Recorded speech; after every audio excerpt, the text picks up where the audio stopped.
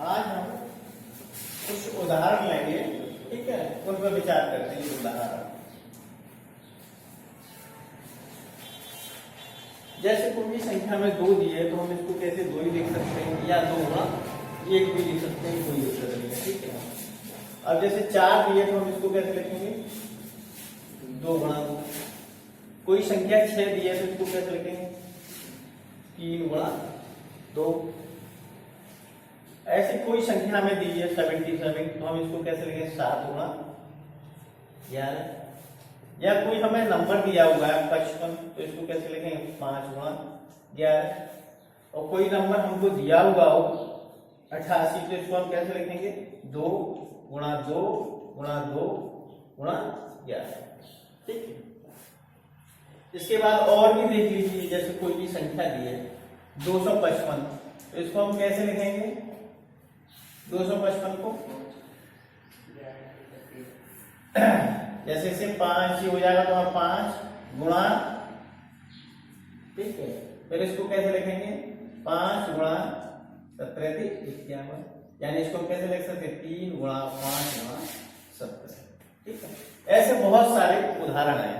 तो इससे क्या है, ये कैसी संख्या है सब, ये भाज्य संख्या है, ठीक है। और हम इनको किन में तोड़ रहे हैं, अभाज्य गुणनखंडों में। 2 कैसी संख्या है, अभाज्य। 2 और 3 कैसी, अभाज्य। ये कैसी संख्या है, अभाज्य संख्या। ये संख्या कैसी, अभाज्य। और ये कैसी संख्या है, अभाज्य, ठीक है। तो किसी भी भाज्य संख्या को हम अभाज्य संख्याओं के गुणनफल के रूप में लिख सकते हैं। किसी भी या प्रत्येक भाग जो भाज्य संख्या होती है, जो डिविजिबल नंबर होता है, प्रत्येक भाज्य संख्या को हम क्या कर सकते हैं, अभाज्य संख्याओं के गुणनफल के रूप में व्यक्त कर सकते हैं। इसे कहते हैं अंकगणित की आधारभूत प्रमेय, फंडामेंटल थ्योरम ऑफ अर्थमेटिक, ठीक है। तो देखो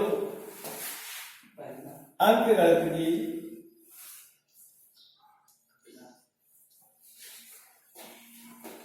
क्योंकि ये सारे अंक हैं, आधारभूत प्रमेय,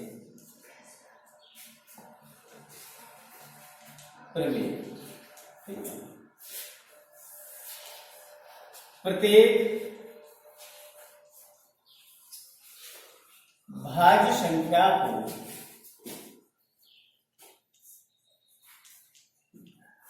अभाज्य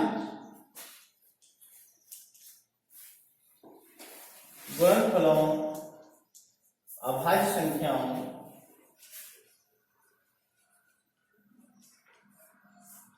के गुणनफल के रूप में व्यक्त किया जा सकता है,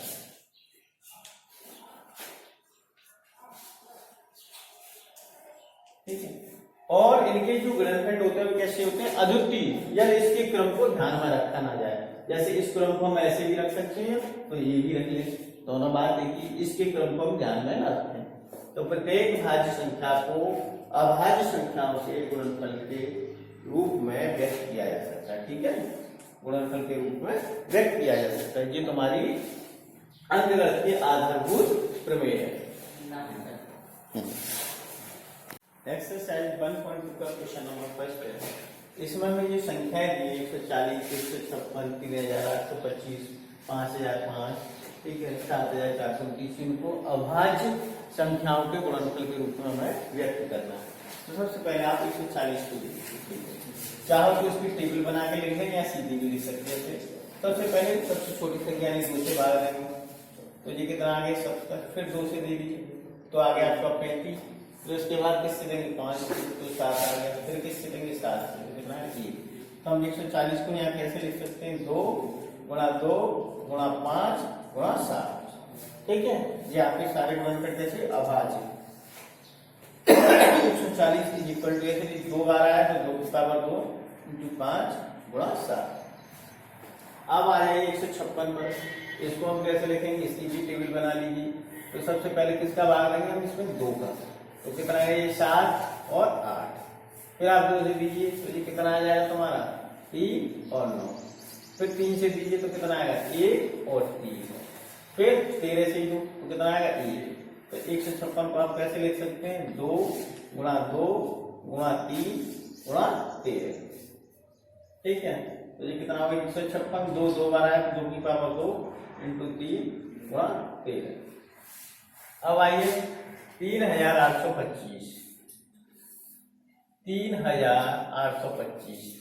तो सबसे पहले देंगे तो 2 का तो इसमें जाएगा 3 का चला जाएगा। अब ये कैसे पता लगा? इन सब का हम योग देखेंगे, जोड़ो 3 और 8 11, 11 और 2 13, 13 5 जोड़ेंगे 18, 18 3 की टेबल में आता है। 3 का भाग दे दीजिए तो ये आ जाएगा 3 एक 3, 3 2 6, 3 7 3 5 15, फिर 3 से 2 तो ये 4 आ गया, और फिर 2 आ गया, फिर 5 आ गया। अब 5 से दे लीजिए तो ये कितना आ जाएगा तुम्हारा? 8 और 5, फिर 5 से दे लीजिए तो कितना आएगा? 5 सेकंड 5, 5 से 35, फिर 17 से दे लीजिए तो कितना है? 1। तो इसको हम कैसे लिखेंगे? 3825 को 3 गुणा 3 गुणा 5 गुणा 5 गुणा 17। ठीक है, अब इसको लिखेंगे 3825 तो 3 2 बार आया, 3 की पावर 2, 5 2 बार 5 की पावर 2 गुणा 17। अब ऐसे ही 5005, इसके भी अभाज्य गुणनखंड निकालेंगे हम। 5005 तो सबसे पहले किसका देंगे हम? 5 का ही दे देंगे इसमें, तो 1005। अब कितने से जाएगा ये? 3 से जाएगा नहीं, ठीक है, 5 से भी नहीं जाएगा, 11 से जाएगा, 7 से भी नहीं जाएगा, 11 से 11 9 99, कितना बचा? एक पहले 11, 11 के 11। अब कितने से जाएगा ये? 13 से चला जाएगा? नहीं, 13 से नहीं, ये 7 का चला जाएगा। चलो क्रम बदलेगा, कोई दिक्कत नहीं है। 7 से देखो, फिर बाद में अब देखो 7 से चला जाएगा वैसे। अब ये हो जाएगा 7 7 के 7 7 से 21, फिर कितने का जाएगा?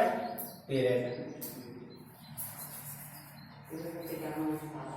ठीक है, अब यहाँ 1 मिनट 13 देखिए, ये 7 का दिया, ठीक है, तो ये आ गया। अब 13 का दे लीजिए तो कितना आएगा? 1। अब 5005 को हम कैसे लिख सकते हैं? 5 गुणा 7 गुणा 5 गुणा 7 गुणा 11 गुणा 13। ठीक है, ये एक फैक्टर है तो पावर लाने के लिए ऐसे इसको करेंगे। 7429। अब दीजिए सबसे पहले किस करेंगे इसमें? अब इसमें 3 का जाएगा नहीं, 4 का जाएगा नहीं,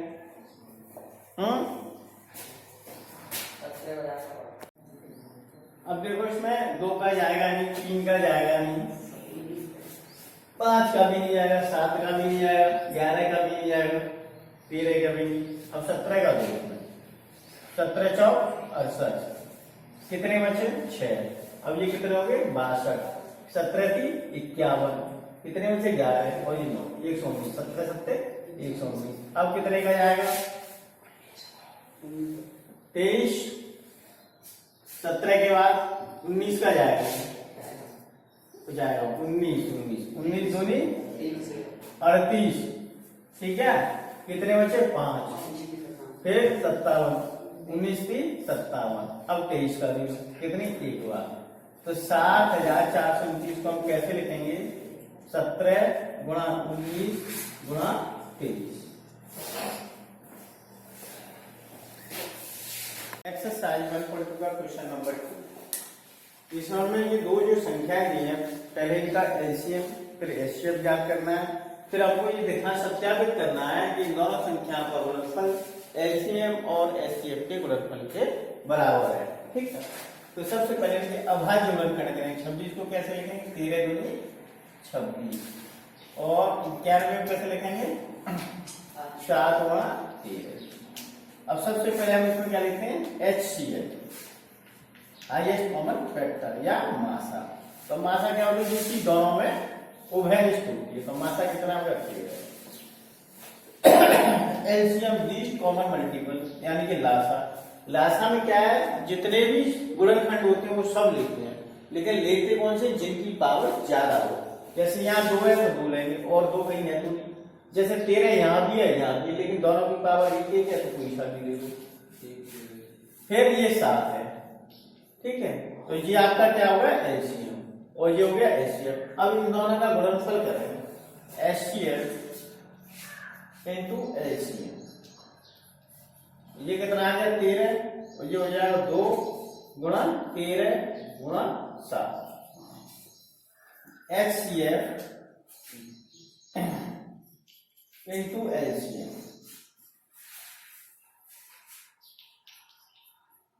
इन दोनों को गुणा करेंगे तो 91 हो जाएगा, इन दोनों को गुणा करेंगे 26। तो जो दोनों संख्याएं आएगी नहीं, दोनों संख्याओं के गुणनफल के बराबर। यही हमको सत्यापित करना है, एचसीएफ इंटू एलसीएम बराबर दोनों संख्याओं को गुणनफल, दोनों संख्याओं का गुणनफल। या तो आप ऐसे रख दो, या दोनों संख्या लिए इन दोनों को गुणा करो, और ऐसे ऐसे गुणा करो, दोनों को बराबर रख दो, क्या ऐसे दोनों की बात है। अब इसका सेकंड वाला पार्ट है 510, इसके अभाज्य गुणनखंड कर लीजिए 510 के। तो सबसे पहले 2 का भाग दे दीजिए, तो कितना आ जाएगा, ये 2 दूनी 4, ये क्या 11 5, फिर 5, फिर कितने से लें 3 से, तो कितनी बार आएगा 3 8 24, 3 5 15, फिर कितने से जाएगा ये 5 से ले लो, 5 एकल 5, 5 सत्ते 35, फिर कितने से आएगा 70, यानी कि 1। तो 510 को आप कैसे लिखेंगे, 2 गुणा 3 गुणा 5 गुणा 70। बाहर में 92 को आप कैसे लिखेंगे, ये कितना आया 23 दूनी 40 और 40 दूनी 5। अब इसका कहने का है HCF, HCF highest common factor. तो इन दोनों में कॉमन क्या है, 1 2 जी आ गया, 1 2 जी आ गया, एक तो 2 आ गया। दूसरा और क्या कॉमन है इसमें, यहाँ 5 है 5, यहाँ 17 तो 17 भी नहीं, यहाँ 23 है तो यहाँ 23 नहीं है, केवल एचसीएफ कितना आ गया 2। अब एलसीएम, एलसीएम में सारे गुणनखंड लेते हैं, ठीक है। अब जैसे यहाँ 2 है 2 यहाँ भी, लेकिन यहाँ 2 की घात 1 है, यहाँ 2 बार आया, तो जिसकी घात ज्यादा होती है वो लेते हैं, यानी कि 2 बार आ जाएगा। 3 ले लीजिए, 3 यहाँ है नहीं है, 5 ले लीजिए, ठीक है, 5 के बाद 17 ले लीजिए, और 17 के बाद 23 ले लीजिए, सारे गुणनखंड लेते हैं। अब इनका हम गुणा करेंगे, HCF into LCM, HCF into LCM, 2 गुणा 2 गुणा 2 गुणा 3 गुणा 5 गुणा 17 और गुणा 23, ठीक है। अब इनको गुणा करके रख लीजिए, ये 2 ले लीजिए और 23 ले लीजिए, तो 2 गुणा 2 गुणा 23 इंटू, अब यहाँ ले लीजिए 2 गुणा 3 गुणा 5 गुणा 17, ये आ गया आपका 92, और इन सबका गुणा करेंगे तो ये कितना आ जाएगा तुम्हारा 500। आगे आपकी दोनों संख्या गुणनफल, तो इसका मतलब यहाँ जो HCF into LCM, HCF into LCM बराबर जो हो जाएगा एचसीएफ इंटू एलसीएम, किसके बराबर आ गए, दोनों संख्याओं को गुणनफल, दोनों संख्याओं का गुणनफल। यही हमको सत्यापित करना है। क्वेश्चन नंबर सेकंड का थर्ड वाला पड़ा 336 व 54 का, ठीक है। पहले वो एलसीएम निकालना है, फिर एचसीएफ निकालना है, फिर इनको सत्यापित करना है। तो सबसे पहले 3 से 36 के आप अभाज्य गुणनखंड कर लीजिए, 2 से लीजिए बात 1, फिर आएगा आपका 6,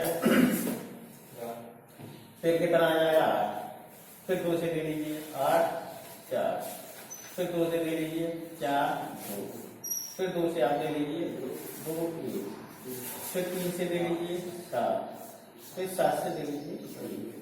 तो हम यहाँ 336 को कैसे लिख सकते हैं? तो कितने बार है? 4 बार, 2 गुणा 2 गुणा 2 गुणा 2, फिर इसके बाद 3 गुणा 3 गुणा 7। ठीक है। अब चौगन को लिख लीजिए। तो ये कितना आ जाएगा? 2 गुणा 3 गुणा 3 गुणा 3। ठीक है। 6 6 से 18 18 की 14। अब सबसे पहले HCF निकालें। HCF यानी कि मात्रा। अब देखो यहाँ भी 2 है, यहाँ भी 2 है। ओवरेज क्या? केवल 1 2 0 2 1। अब यहाँ भी 3 है, यहाँ भी, यहाँ 1 बार है या 3 बार है, तो केवल 1 बार ही कॉमन आएगा। यानी कि HCF आपका कितना हो गया? 6। ठीक है। अब लेंगे LCM। तो LCM में क्या करेंगे? यहाँ 2 4 बार है और यहाँ 2 केवल 1 बार है। तो जिस ज्यादा बार आता है वो लेंगे। 2 गुणा 2 गुणा 2 गुणा 2।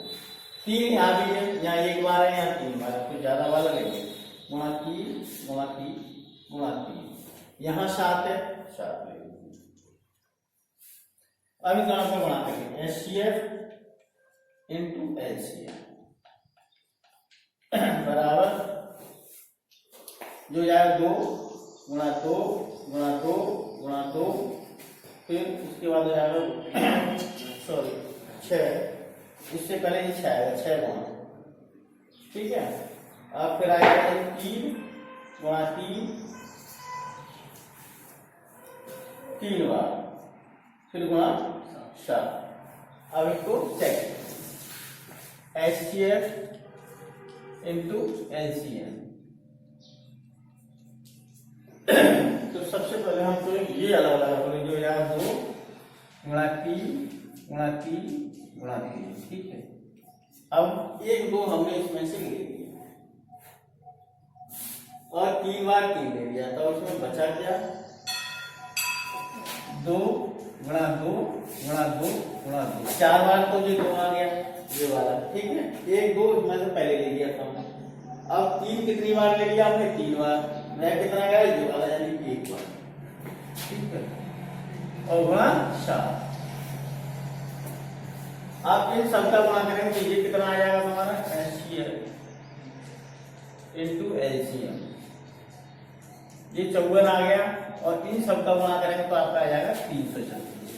तो यही हमको दिखाना था। LCM HCF का जो गुणनफल है वो इसे दोनों संख्याओं के वर्गफल के बराबर होता है। HCF इंटू LCM बराबर दोनों संख्याओं का वर्ग, दोनों संख्याओं